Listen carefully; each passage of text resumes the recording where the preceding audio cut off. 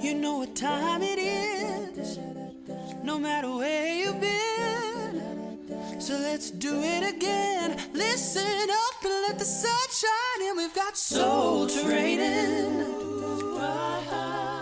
Time to practice what you preach. Ooh, yeah. Yes, we do. We've got soul training. And here's Daniel, Alan, and Joe.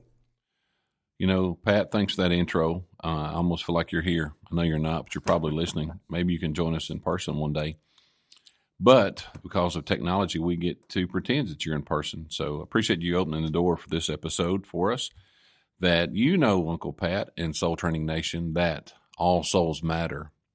You know, so that's why soul training exists and matters. Kind of did that in reverse a little bit. Yeah, why don't you try it again? How's it go, Alan? Let's get the sound bite. All right. Let's see. Soul training is important because all souls are important.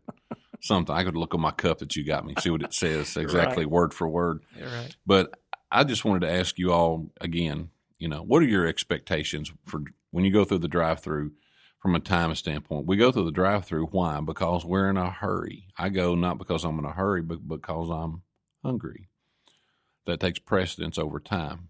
So, but what do you expect when you go through the drive-through? You order, you pick up, time-wise. What are you looking at? I'd say 3.5 minutes. 3.5 minutes, really? Well, you know, it's most people say 5.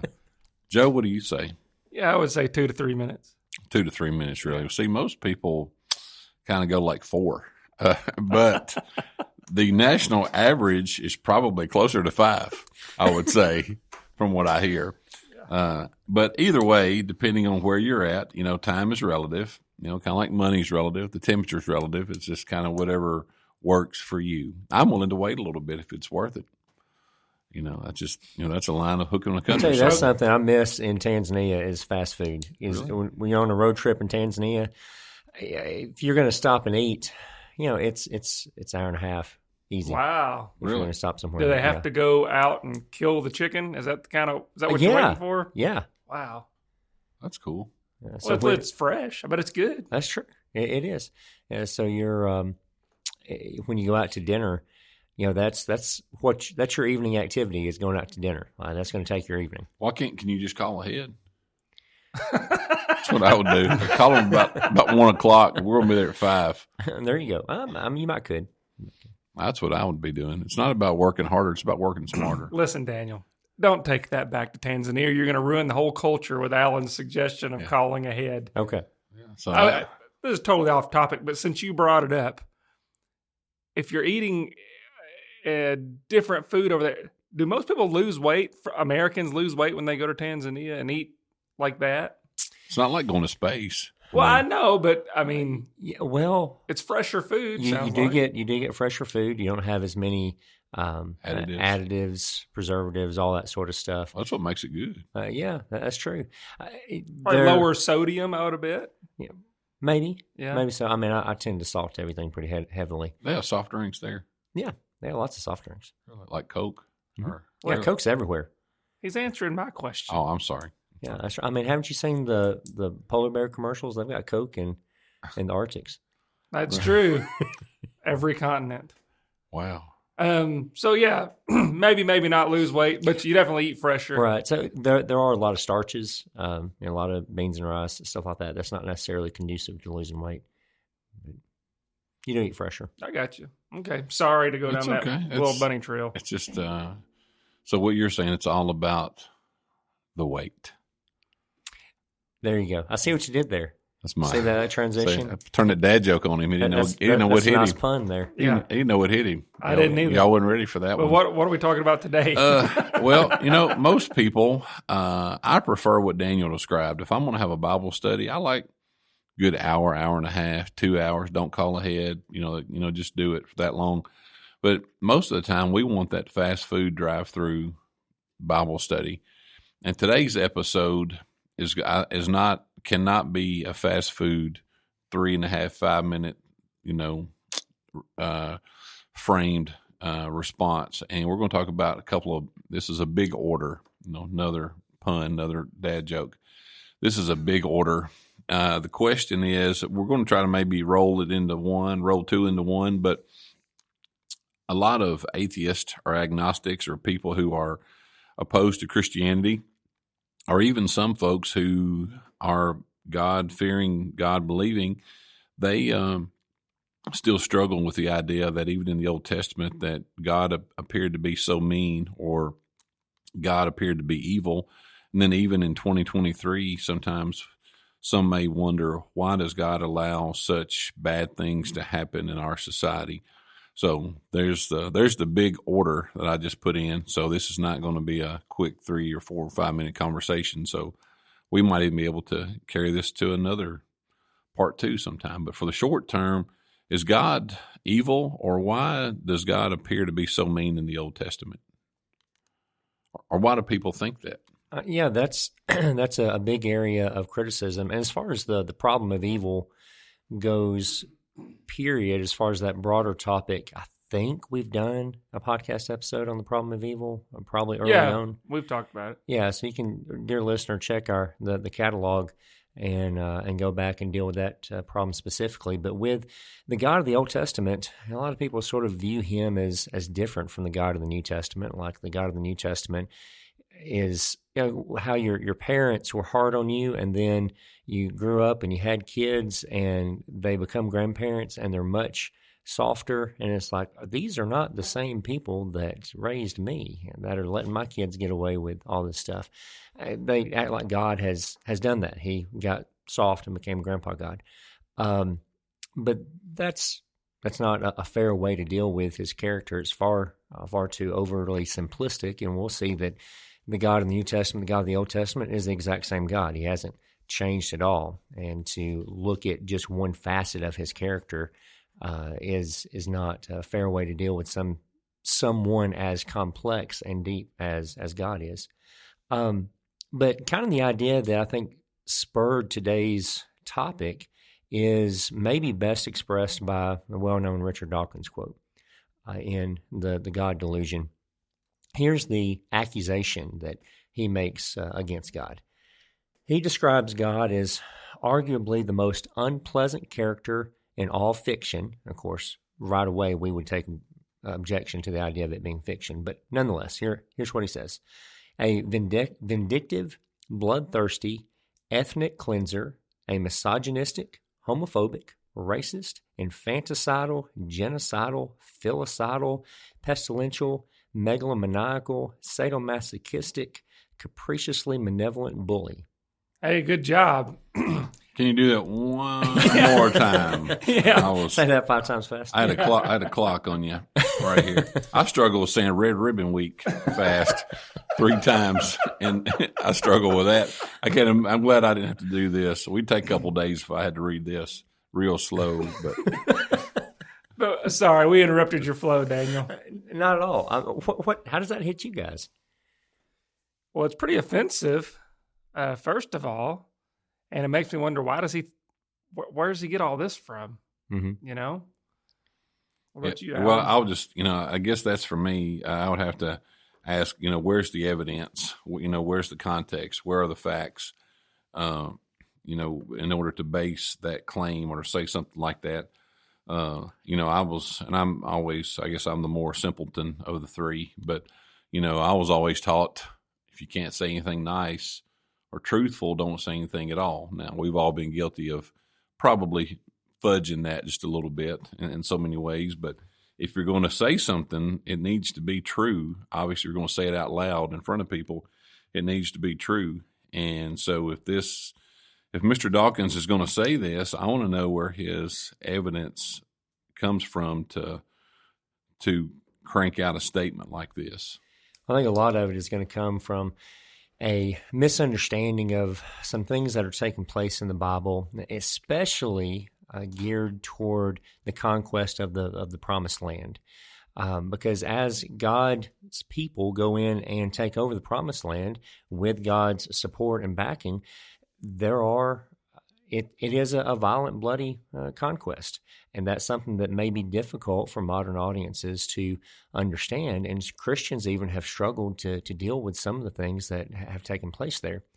I think it's a great mistake for Christians as they're confronted with these sorts of quotes and accusations to shy away and be embarrassed of God, or to try to make excuses for God, or be apologetic, or dumb it down, that's unnecessary. God is going to do what's right. He's always done what's right. And if we don't understand why he did something the way he did, well, the deficiency is not with him. It's with our understanding of the nuance of the situation and the circumstances. But thinking about the conquest of the Promised Land, let's kind of get one thing out of the way from a scriptural standpoint here on the front end. Looking at Deuteronomy chapter 9, this is something God emphasizes clearly to the Israelites. And what the thrust here is, before I read it, just to preface, he's going to be reminding them, hey, you're not conquering this promised land because you guys are so great. You're doing this as a punishment to the people that are already there. These Canaanites are wicked people. It's a wicked society filled with unrighteousness and terrible things. So here's what he says, starting in verse 4. Do not say in your heart, when the Lord your God has driven them out from before you, because of my righteousness the Lord has brought me into possession of this land, but it is because of the wickedness of the nations that the Lord is dispossessing them before you.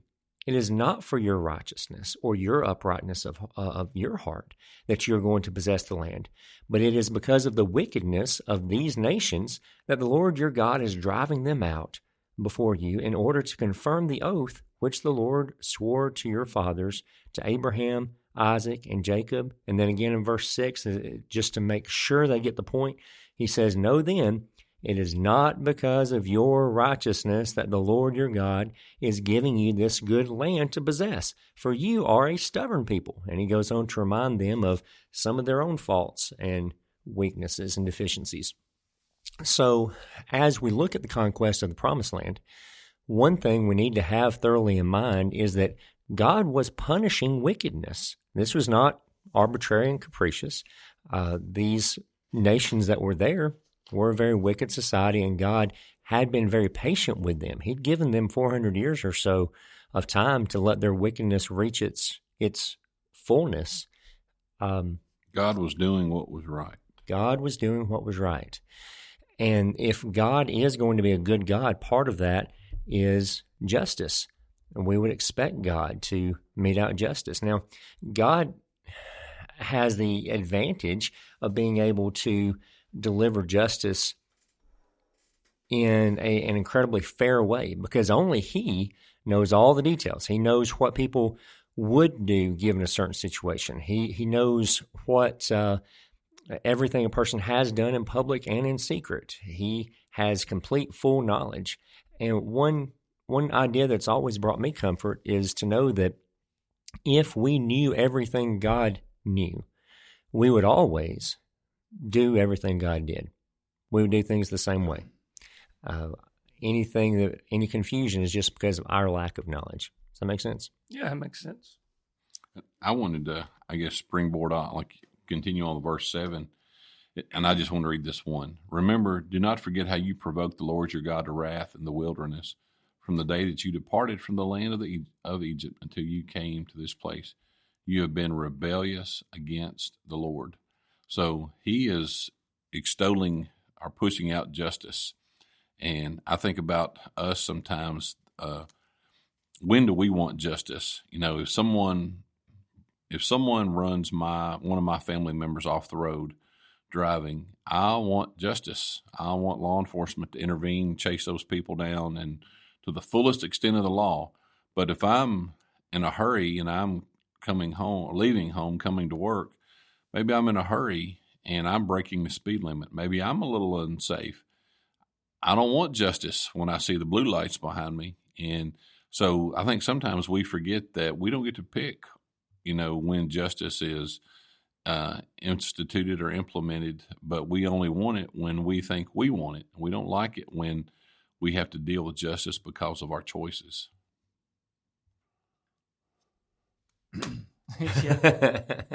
Pin drop. Pin drop. Way to go, Alan. That is very true. Very true. But, there is a part of me, the people that don't understand the things we're talking about. Well, first of all, I should say the atheists that are making these claims, I don't really get why they Go after. Yeah, why? First of all, why do they go after Christians? Because if there is no God, they should just feel sorry for us, dedicating our lives to these things. Just leave us alone. I don't know why they have to attack there. But the other thing is, if there is no God, we read some articles, and this is not an argument unique to any of us, but if there is no God, there's no moral lawgiver. And if there is no moral law, then who says murder is wrong, right? So I don't know why. I don't know how they. I guess they can't remedy that in their minds because nobody's ever done it yet. None of the atheists have said, "Well, there's no moral law, but we have that built within us because of evolution or whatever." Nobody comes to that conclusion. They don't have an answer for that. No, the best they can come up with is like a social contract theory where we as a species kind of have this social agreement to where we recognize things work better generally if we try to avoid hurting each other. That falls apart very quickly upon examination. You're right. But I do feel this conversation's important because humans do have that inherent sense of right and wrong within us. That's right. And so folks that are agnostic, atheist, I can kind of see how they could look at the Old Testament and say, well, God here has killed thousands and hundreds of thousands of people. Well, Hitler did that. Like one of the articles we talked about, Hitler did that, and everybody except Hitler and the people following him agreed that was horrendous. Mm-hmm. So I think it's important to have this conversation. Another thing is, we talked a second ago, the entire Old Testament, how many years are withheld or within the entire Old Testament? Thousands of years. 4,000, give or take. And how many years are within that New Testament that we read? 60, 75, yeah. Mm-hmm. Something like that. And so we were talking before I pressed the record button, and you have a sliver of world history held within the New Testament where you have volumes in the Old Testament. And so, like we talked about earlier, sometimes people were wicked for generations before God's justice came down upon them. We just didn't have the amount of time there in the New Testament's part of it, right? Right. Well, some of it comes from not understanding the purpose of this earth and this life. So many things in the Bible show us how God has always liked to use the physical to illustrate the spiritual for us. And that goes all the way back to the very beginning. As he created man, he put man in what context? The garden, right? Yeah. The Garden of Eden. There's a real sense in which this world is a garden. It's here in order for God to work in it, to raise up these life forms that will produce fruit, the fruit of the Spirit, righteousness. This is what this is God's field. All right, so, and the analogy is laid out there for us when sin comes into the world. Adam was already there as the gardener, right? He was there to tend that garden. His job, even before sin came into the world, was to help those plants produce fruit. He was taking care of the garden. Well, one of the consequences after sin came in was that gardening was going to get a lot harder. Work was going to get harder. Weeds were going to come in. There was going to be something working against him. A lot more pain and suffering. A lot more pain and suffering, but something was going to be actively working against him in trying to get the fruit that he needed and wanted out of the ground. All right, so in the garden of this world, sin comes in, and sin is sin are the weeds. Sin makes it more difficult. Temptation makes it more difficult for God to extract those fruits of the Spirit from this field of the world. And so Adam gets to learn firsthand what it's like to have those things working against you. So he sees, it's like, you want to be like God? Here's now what I'm having to deal with. I've got all these weeds because of sin. Now you got weeds, so you can see what that's like. Eve, you want to be like God? My children hurt me. Now you're going to see what it's like. Your children are going to hurt you. There's going to be that pain in childbearing, and all of it is using physical to teach spiritual things. All right. So the reason I say that is, as we look at that angle of God's purpose for this world, for Him to intervene is the same reason we might intervene in our own gardens or fields. Sometimes you're going to pull weeds out. Sometimes there's going to be a plant that maybe was productive in the past, but for whatever reason, you've determined that plant is never going to be productive again. And so you remove that plant from your garden. Well, the Canaanites, for example, are a plant that apparently God had decided would not be productive. He removed it from his garden. Does that make sense? Yeah, it makes total sense. I wanted to share, I guess, I'm going to give Kyle Butt credit. The article I think you're reading from, too, that I'm using is God immoral for killing innocent children? I like a quote that C.S. Lewis said, "My argument against God was that the universe seemed so cruel and unjust, but how I got this idea of how had I got this idea of just and unjust? A man does not call a line crooked unless he has some idea of a straight line. What I was comparing the universe with was when I called it unjust. Of course, I could have given up my idea of justice by saying it was nothing but a private idea of my own." But then he goes on, and in a pretty lengthy quote, I didn't realize it was that long. But the point is, he says, consequently, atheism turns out to be too simple. Because, see, I think atheists want that 3 to 5 minute drive-through Bible study in your face, bang. Here, God is evil, God is wrong. Now answer this, because I can show you what all the bad stuff he did. And that's unfortunate that happens. And I just had written a note, too, that hopefully the goal of soul training, or what we're trying to accomplish, is to give people some tools that if you're confronted, with that question, here's how you answer. I know our preacher Bart, one time he talked about a few years ago, I don't know if it was if it was CNN, I don't know, but they were on the mall or in Washington, D.C., there was an anti-abortion rally, and then you would have these reporters going around baiting people, basically, and get people worked up and then stick a microphone on their face.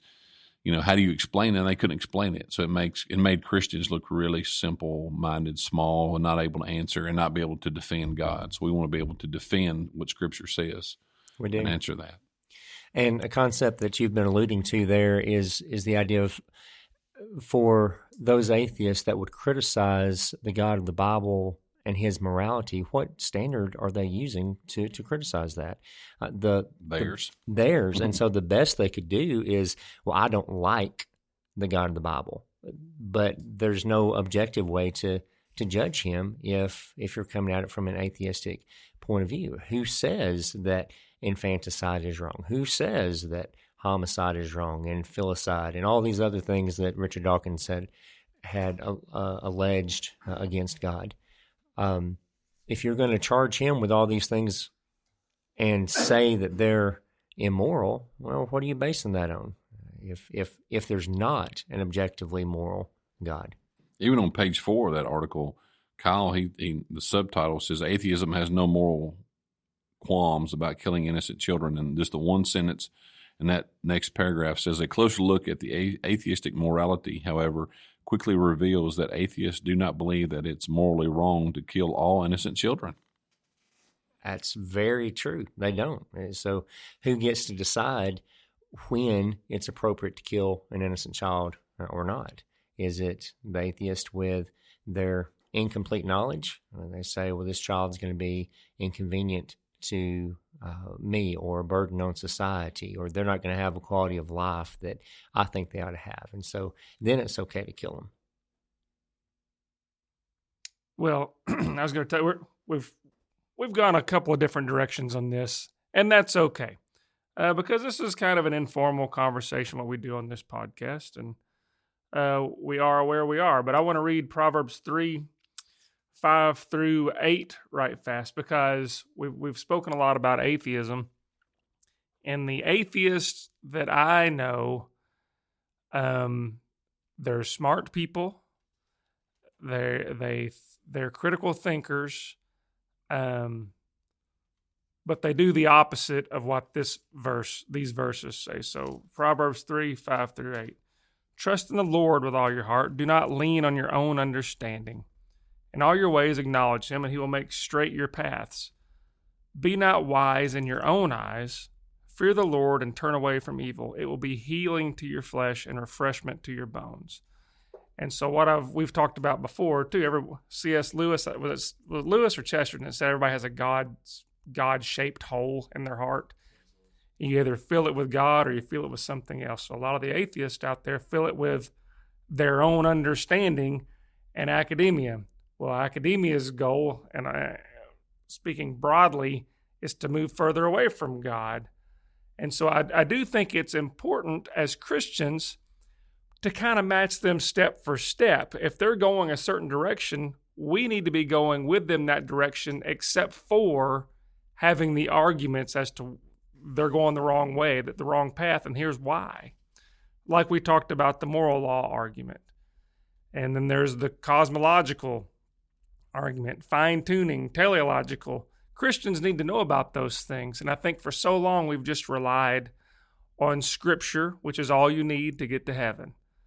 But sometimes it might be tough to talk to an atheist that from the get-go will reject Scripture. So you have to find some common ground. If you can look at Lewis, for example, he was an academic. Maybe they would appreciate the way he sees things. And he was an atheist that changed his ways. He eventually thought his way into Christianity, from what I've read. He convinced himself. Well, a question you asked earlier that's been sitting in the back of my brain there is about why they're so aggressive towards Christianity. And I think that's because Christianity is a threat. Whereas, if you were to... Well, and it condemns some of their actions. Exactly. That's part of the threat, is if Christianity is true, then they're in big trouble. And so there's a vested interest in disproving Christianity, making it not true. You don't see any of this same type of vitriol going towards tribal religions, in Africa or South America or something like that. A matter of fact, people, very progressive, very leftist, would really object to the idea of trying to change the way that tribal people believe. Well, that's because their beliefs don't impact them. And so they really think those religious beliefs are irrelevant, harmless, as long as they don't come into the public sphere. But if they actually understood what a lot of these folks believe, then, and if those beliefs were now coming in contact with their lives, that would be an entirely different thing. And so the universal application of Christian beliefs is a threat to really all other world outlooks, because we have a claim to absolute truth, and if truth is absolute, if there is an absolute truth, then that means other things that are contrary to it are false and could be very, very dangerously false. You kept using the word threat. I want to ask in a Bible class, why are some people offended by Jesus Christ but not Abraham Lincoln? Mm-hmm. Because we both have historical accounts of both, and someone in the audience or class said, well, Abraham Lincoln's not asking you to change your life. So he's not a threat to your comfort zone. So I think, to your point, is that people are atheists or are people who are anti-Christians. I think they view us as a threat, and they view Bible as a threat. The Bible is a threat because they know that they are in trouble if they can, when they're proven wrong. So therefore, that it's just almost like turf management, almost that we don't want you to encroach upon us because we don't confuse me with the facts. Yeah. Well, and this wasn't meant to to be an attack on our atheist friends, because I No, have not at friends all. that are atheists, and they're good people. Yeah, absolutely. They just believe differently than what I do. There's a theologian that I follow, and he'll go around talking on college campuses, and lots of atheists come and will ask him questions, and he just answers them on the fly. And occasionally, well, all the atheists, he'll ask, if Christianity were true, would you become a Christian? And amazingly, a lot of the atheists won't. They'll say no. Even if Christianity were true, I still wouldn't become a Christian. And so That's pretty deep. right? What he says there is, well, then you have a head problem, not a heart problem, or no, you have a heart problem, not a head problem. Right. But not all the atheists say that, which tells me they're not. We still need to go after those folks too. They need to know the gospel too, because some of them are willing. Some of them will say, yeah, if Christianity is true, I would become a Christian. Some people I talk about, and I don't want to get way off on a tangent, but people who are really upset about Christianity, I've found that they are dealing with church hurt, from when they were even super small or, some point in their life. So they just have this huge negative viewpoint about anybody. They judge Christians on unfaithful Christians, or they judge Christianity on people who were mean to them, who were connected to God. Yeah. And so we just have to suffer with that sometimes. I had a coworker years ago. I worked on him for a long time, and then I realized that his mother became pregnant with him when she was a teenager, and a lot of pressure was put on his future grandmother to send his mother away. And so he's always just held on to that, so it's hard to, those are just some underlying issues. But that same guy that I've read, he always says, maybe it's John Dixon. Anyhow, they say,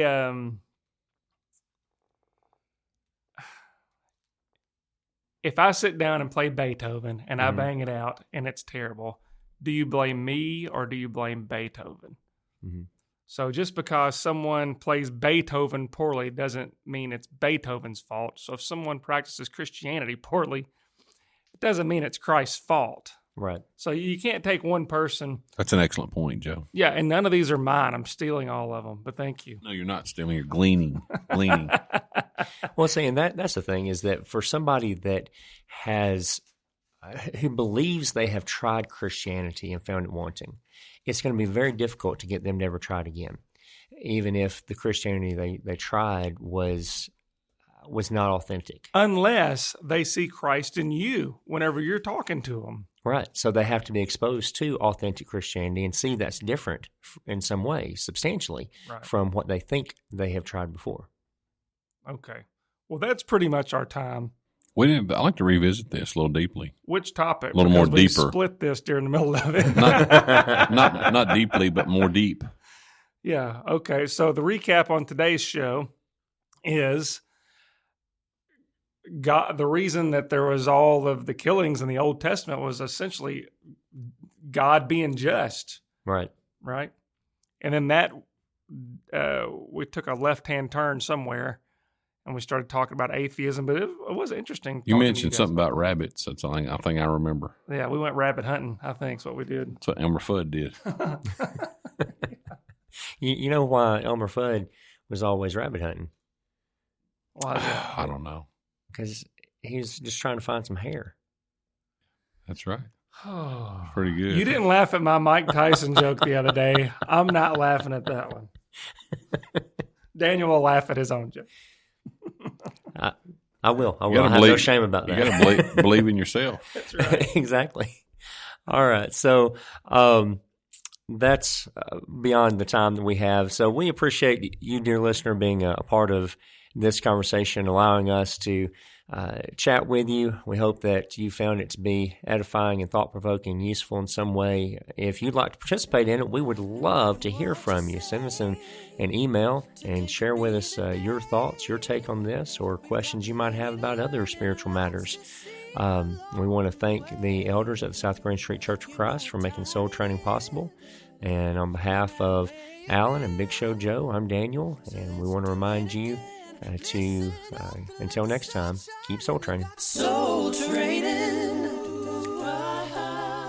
Time to practice what you preach. Ooh, yeah. Yes, we do. We've got soul training. To learn more, you can email us at soultrainingpodcast@gmail.com, or you can write to us, P.O. Box 503, Glasgow, Kentucky, 42142. That's Soul Training.